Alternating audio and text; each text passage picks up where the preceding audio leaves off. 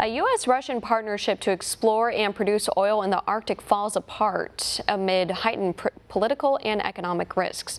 One America's Kristian Rouz explains. Oil giant Exxon's decision to pull out of the Russian Arctic exploration and extraction projects is reportedly motivated by persistently low oil prices. The company announced earlier this week the termination of its joint oil ventures with Russian state-owned enterprise Rosneft stems from U.S. sanctions preventing such activity. We have a mix of businesses in Russia. We have a very successful business on the East Coast that is not affected by the sanctions that we continue to invest and manage. Sakhalin on the East Coast. And then the sanctions have affected some of the Arctic and deep water work that we were doing. The joint venture to produce oil in the north of Siberia and ice-clad waters of the Kara Sea was negotiated by the Texas-based company's then chief executive Rex Tillerson in 2012 and would give Exxon a 33% stake in any discoveries. At the time, international oil prices stood at about $90 per barrel. However, as crude prices plunged over the past several years, currently standing at just above $65 per barrel, the deal has become unfeasible for Exxon due to the high logistical costs, while Rosneft maintained its commitment to Arctic drilling. You plan to continue drilling in the Arctic as soon as next year?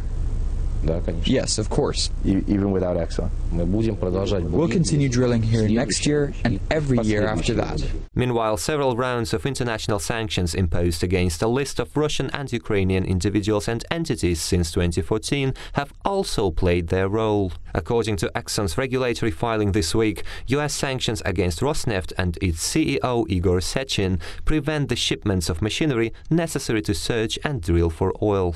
Subsequently, Exxon will end its Russian endeavors later this year, suffering $200 million in net losses after spending some $700 million to drill its first Arctic well, also the most expensive drilling project ever. This probably will be the largest ever human undertaking in the world in terms of economic projects. We are talking about the numbers for taking Russian offshore to production of about $500 billion.